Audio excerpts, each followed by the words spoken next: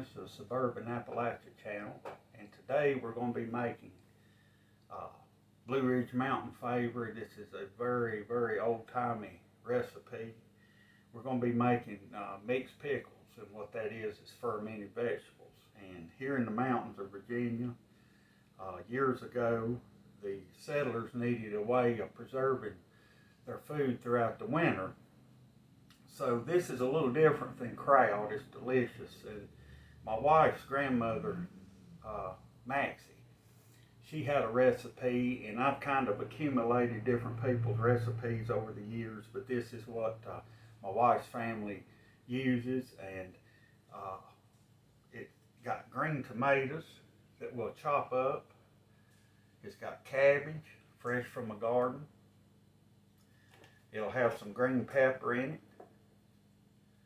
And it'll have some corn on the cob and also some green beans. And we have two types of beans here. We've got some tender half runners and some Cherokee wax beans that we're going to incorporate into these mixed pickles. And I hope you enjoy this video. There's a lot of prep involved in getting the food ready, or the vegetables ready to put into our crock. We're going to do this fermentation in a crock, and I hope you enjoy this video. And this video too, I want to dedicate to all the years that we used to go up into Dickenson County and visit the Primitive Baptist Church there. There's an association there called the Sand Lick Primitive Baptist Association, and we've had these mixed pickles. The sisters there would cook this and have it at the church dinners on Communion Day. And I appreciate everyone that did. It was always a real treat, and I hope you'll try this recipe. It's also good, a good recipe for your children to get involved in. It's because you've got to maintain it, you've got to look after your crock. And it's just a wonderful recipe. My wife's grandmother was from Wise, Virginia, and she was born and raised, she actually was born in Dickenson County.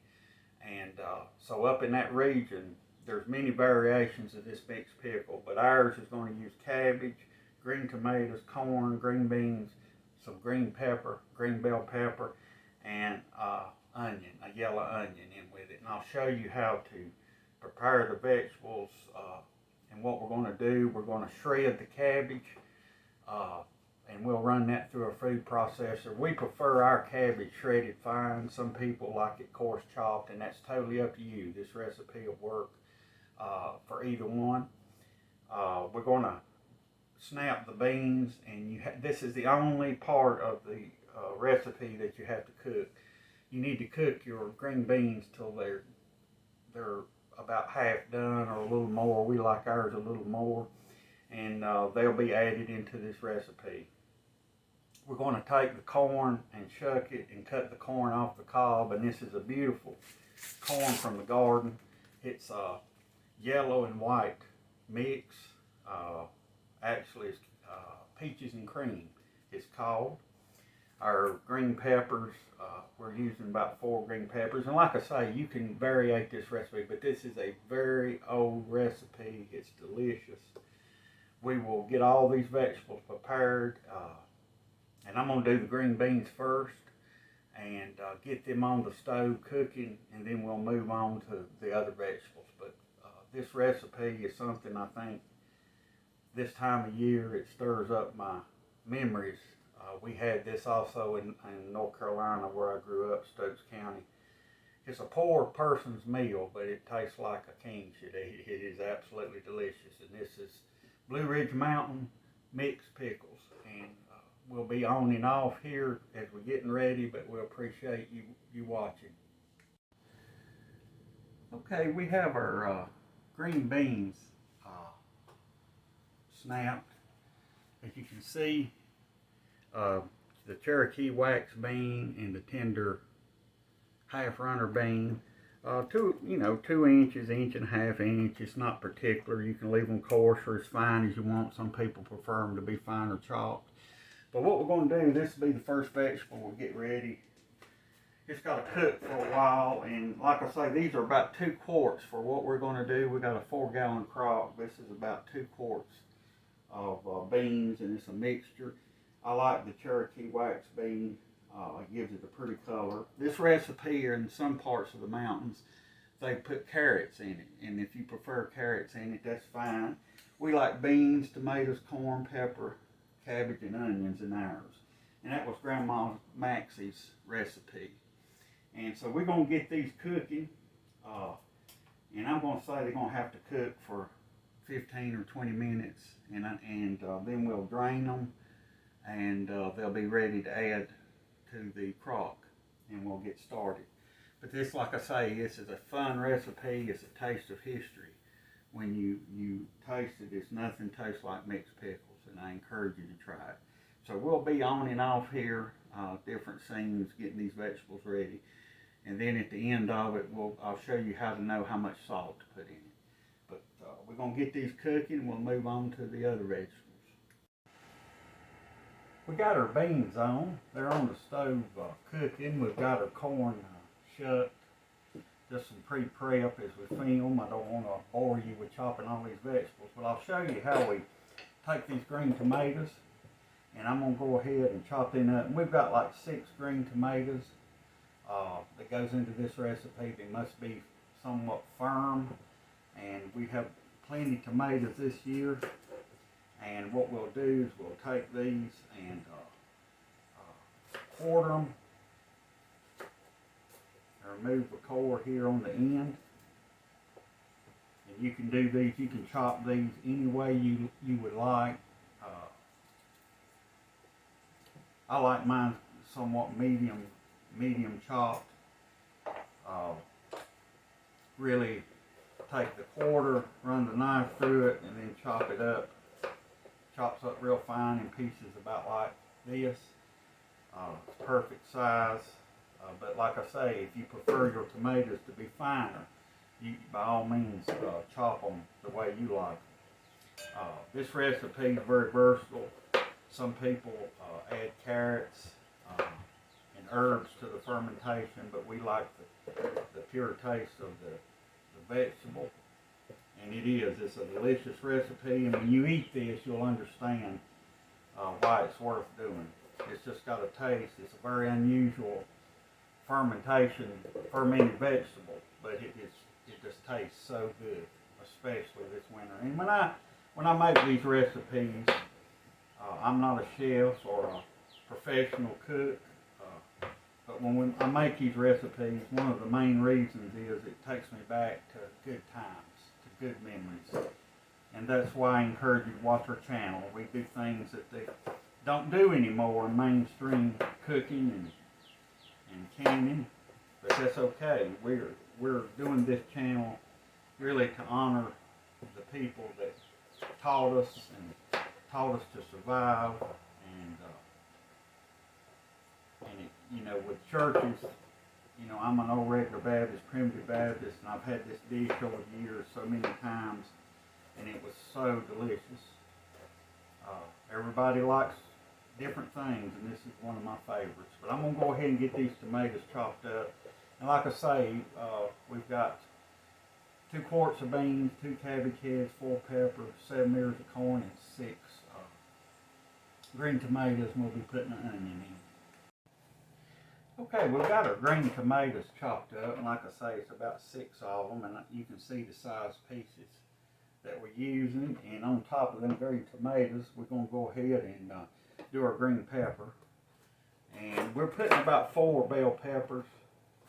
These are from our garden. Some people like more pepper, some people like less. I think about 4 is about right for our taste. And Grandma Maxie, from understanding of the recipe, that's what she used proportionately. So we'll get through these green peppers here. And this recipe tastes so good in the wintertime. It is absolutely delicious.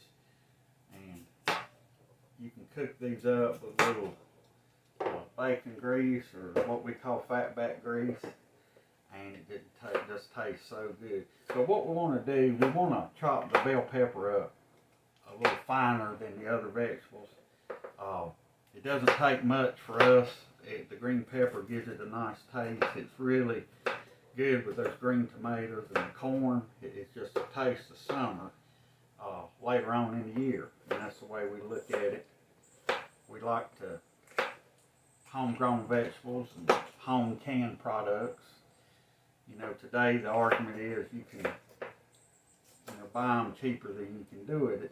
That may be true in some cases, but we grew all this food, and so the good Lord blessed us with that, and so we like the taste of homegrown stuff. You can't capture that in store-bought products. And with the way things have been in America the last few years, I think every American should be able to put away some food. And if you're watching this video in another country, if you can store food and grow your own food and put some away, by all means, I think you should. But we'll go ahead and get through these peppers, and we'll move on to the next vegetable. We have our bell peppers chopped up, and we laid them right on top of the green tomatoes, because all this in the ends going in the same crock. It's all going to be mixed together. But we like about half of an onion in ours, and that's about the size. You don't want to overdo it with onion, but the onion adds a really nice sugar to the mixture that the fermentation likes, and it's just a nice flavor. But you don't want to overdo your onion. It's easy to do. I love onions, but sometimes you have to. My wife has to redirect me because I put too much onion in it, and then it overpowers it. But about half of a medium-sized yellow onion will work. It's about the right mixture. And so you want to cut your onion up rather fine. You want it finely chopped. My knife skills aren't as good as most of you watching, but we get the job done. But we'll chop this onion up about that size right there, and this half an onion will give it a nice flavor as it's fermenting. And like I say, this is a deep Blue Ridge Appalachian mountain recipe. This is something you don't see everywhere in the United States. It's just the way that poor people in the mountains years ago used to preserve their crops to eat on during the winter. And like I say, if you ever tried it, it's nothing like it. And if anybody watching this video, there's a church up in Hayside, Virginia, or Birchleaf, Virginia, Sand Lake Primitive Baptist Church. I've had this dish there at their dinners many times, and thank you for feeding us so good over the years. And hopefully we can see you all again. But that's it, and I'm just pouring it in a bowl for right now. Well, now comes the messy part of this. It's cutting the corn off and shredding the cabbage. I'm going to get set up to cut the corn off, and then we'll soon be able to put this together in the crock. We got to do the cabbage, but we'll do the corn next. We're ready to cut the corn off, and I chose to cut it off in this large pan. We've got 7 ears, and be very careful when you do this. You can get cut. What we're looking for is basically cutting right down the cob and getting the whole kernels.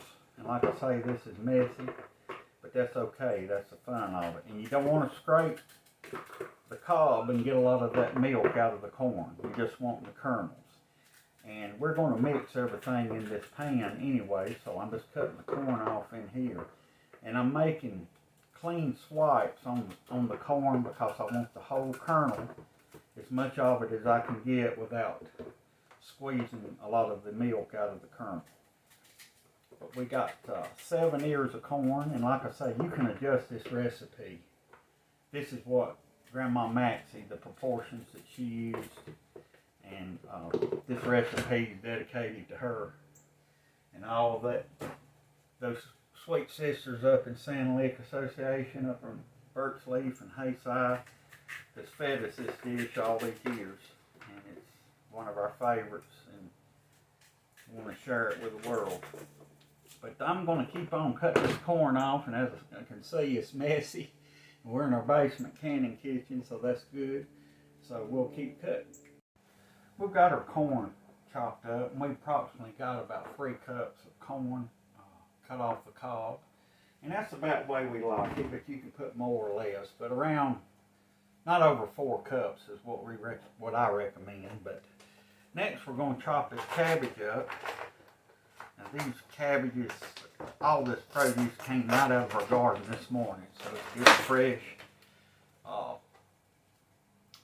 I was real pleased with our cabbage this year. Of course, I made a video on making homemade kraut, and I hope y'all enjoyed that one. But we're going to remove the core from this cabbage, and like I say, you can chop this cabbage any way you like. Some people prefer coarse cabbage, some fine. We like ours kind of fine. So we will cut these up and get them ready. We're going to do our shredding in the food processor, and I use the shredding attachment, and I'll show you what the cabbage is. Actually the same cut that we use for kraut, but we'll go ahead and get this. And I'm not going to show you the food processing part of this. Don't want to bore any of you and trying to keep my videos a little shorter. But we'll chop this cabbage up, and quick as a knife hit it, it's split open. And this has been some really good cabbage here this year. Where we live, here in the Blue Ridge Mountains, it grows cabbage very well. Cabbage is an easy vegetable to grow. It's very rewarding. Yes, you can go to the store and buy it, but it won't taste like homegrown. It never does. And that's what this is about, encouraging others to, using your plot of land to do things with. You know, if you just had a half acre, we just have a little over half an acre, and we grow all the food that we can use, and even we try to give it away. But anyway, we're going to get this shredded up, and we'll come back, and we'll be, our beans are about done cooking, and I'll show you how we put all this together. Okay, we got our cabbage shredded up, and as you can see, the consistency, this is the way we like our cabbage. It's about the consistency of coleslaw that we like, and underneath this is the corn. We're ready to combine the ingredients now. Here's our green tomatoes, peppers, and onions. We'll dump that right up on the top, like so. And here's our green beans that we've cooked. And they're done. And one thing that'll be real pretty about these Cherokee wax beans is the bean, I don't know if you can see that, is a darker color, but they're delicious. So we'll put that in. Now the next step, which is one of the most critical ones, and if you're not careful, you'll undersalt the mixture or you'll oversalt the mixture. And what I like to do at this point is take and mix everything together, and then I'll measure how many quarts that is in this container that we're putting into our crock back here. And we will use 1 tablespoon of kosher salt or cannon salt per quart. There's several methods of making these. Some people use a brine solution, but we like to go by the quart of vegetables. So it's about 1 3/4 pounds, which equals to a quart of vegetables per tablespoon of salt. So it's a little messy to do, but if you'll measure it, and I have a quart measuring cup right here and another container, and we'll mix all this up, then I'll measure it into another container, and then we'll be ready to add our salt, and that way we'll know how many quarts we have, and that's very important. We've got everything measured out, and as you can see, beautiful vegetables, the corn and cabbage, the green beans, the green tomatoes, green peppers, and onions. So we measured 8 quarts of vegetables. So per quart of vegetables, we need 1 tablespoon of salt. And that comes out to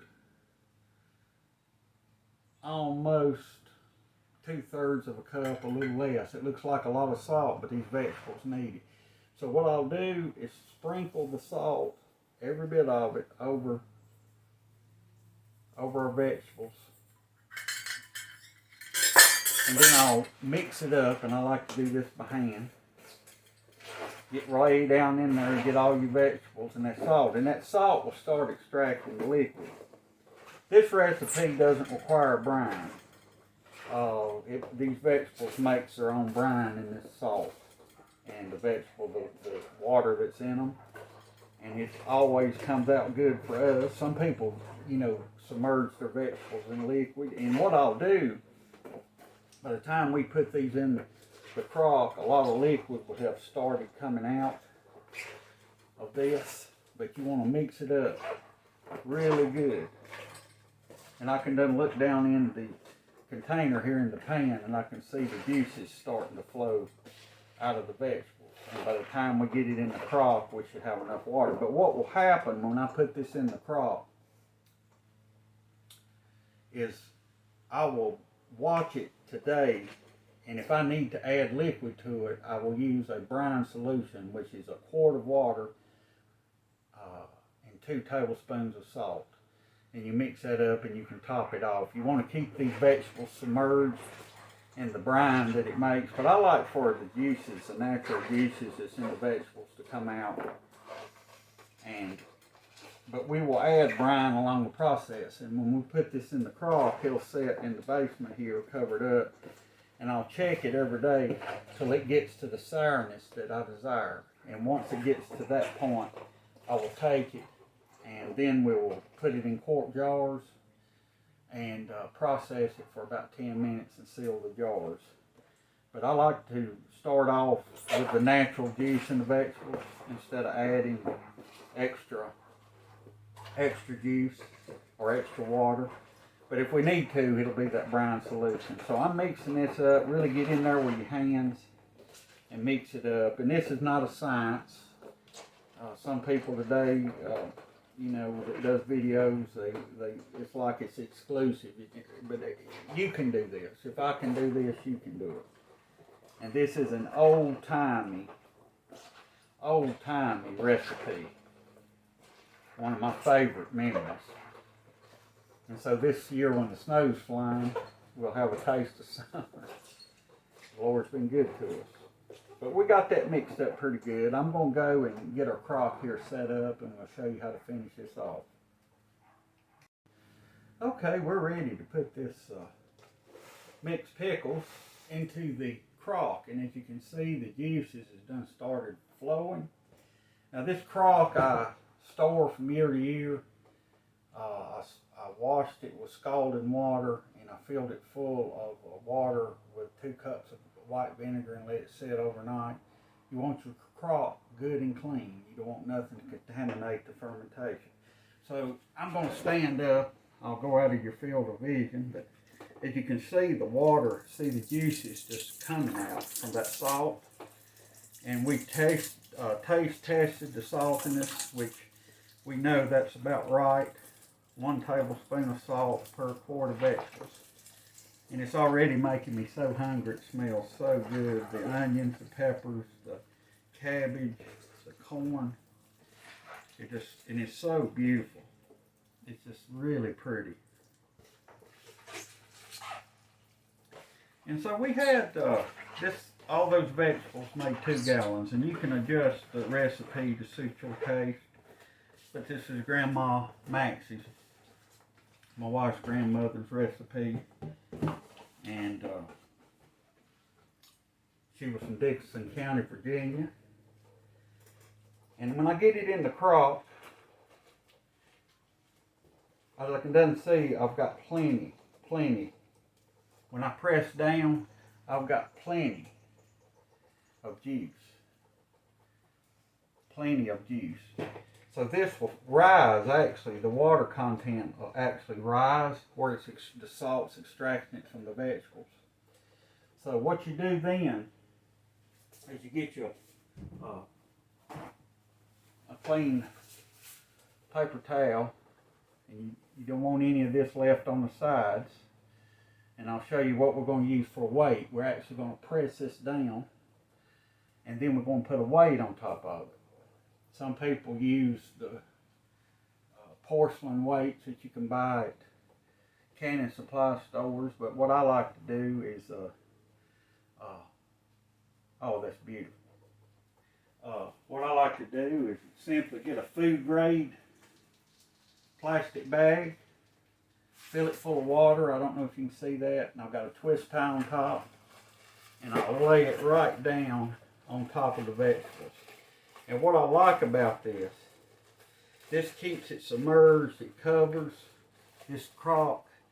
And I'll try it, it's very heavy, so I'll try to do it where you can see down in it, but it's resting on top of those vegetables, pushing down, and it works so well. Now, the next step is be sure you're good and clean. You don't want any of these vegetables particles going down, or you want everything that's in there below the liquid, and that's the way it looks right now. So now we'll take a piece of muslin cloth, and my wife got this for me to use, and we'll put that around it like so, and we'll take a piece of string and tie it off, and we'll put it back here in our basement, and we'll check it every day to be sure the water level should rise where the salt's extracting it out of the vegetables. But when it starts fermenting, sometimes the water goes down, and you want to take your brine solution, which is 2 tablespoons of salt per quart, and add water if you need it. But don't add water, that salt water, unless you need it. So we'll take a piece of string and go around it like so, and we'll tie it off. And we'll set it in here in the coolest part of the basement. And after this starts fermenting, and you will check it every day. And also on top, I'll lay a board, just some extra precaution. But we'll check this every day, and when it gets to the point that it's ready to can, we will put this in a quart jar and process it for about 10 minutes and seal the jars, and it'll keep for a long time. But I hope you've enjoyed this recipe, and I hope my wife's grandma Maxie would approve. God rest her soul, and I hope you all have a blessed day, and thank you for joining me.